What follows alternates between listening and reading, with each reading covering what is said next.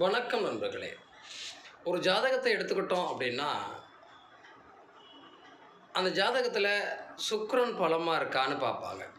செவ்வாய் பலமாக இருக்கிறதான்னு பார்ப்பாங்க. இன்னொரு விஷயம், சுக்கிரன் நீசமாகி போனால் அந்த பெண்களையோ ஆண்களையோ திருமணம் செய்வது நன்றாக இருக்குமா? சுக்கிரன் கெட்டுப்போனால் வாழ்க்கை சிறப்பாக இருக்காதுன்னு சொல்கிறாங்களே. சுக்கிர பகவான் தான் நம்முடைய ஆண்மைத்தன்மைக்கு உரியவர்னு சொல்கிறாங்களே அப்படின்னு பல கேள்விகள் கேட்பாங்க. ஒரு ஜாதகத்தை பொறுத்தவரை நீங்கள் எடுத்துக்கிட்டீங்க அப்படின்னா, சுக்கிர பகவான் அந்த ஜாதகத்தில் நீசமாக இருந்தாலும், அந்த நீசமாகக்கூடிய இடத்தினுடைய அதிபதி புதன் சேர்ந்து ஆட்சி உச்சம் பெற்றிருந்தால் நீச பங்கமாகிடும். அதனால் சுக்கிரன் நீச பலனை தரமாட்டார். சுக்கிரன் வீட்டில் புதனும் புதன் வீட்டில் சுக்கிரனும் இருந்தாலும் அந்த சுக்கிரன் நீச பங்கம் ஆகிவிடுகிறது. அதனால் அது நீசம் பலனை தராது, ஆட்சி வீட்டு பலனைத்தான் தரும்.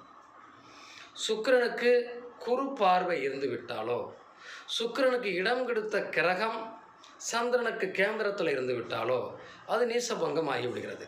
இப்படி பல வகையில் சுக்கிர பகவான் கெட்டிருக்காரா, கெடாமல் இருக்கிறாரா, யோகத்தில் இருக்கிறாங்கிற விஷயம் தெரியும்.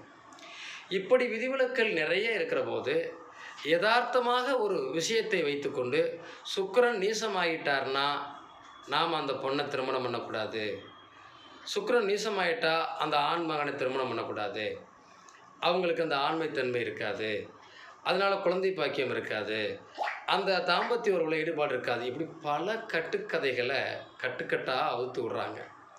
இந்த பற்றிய கேள்விகளும் மக்கள்கிட்ட நிறைய வந்துக்கிட்டே இருக்குது. சுக்கிரன் நீசம் என்பது பொதுவான விஷயம். அதிலிருந்து அது நீசபங்கம் ஆகிறதாங்கிறத பல விதிவிலக்குகள் இருக்குது.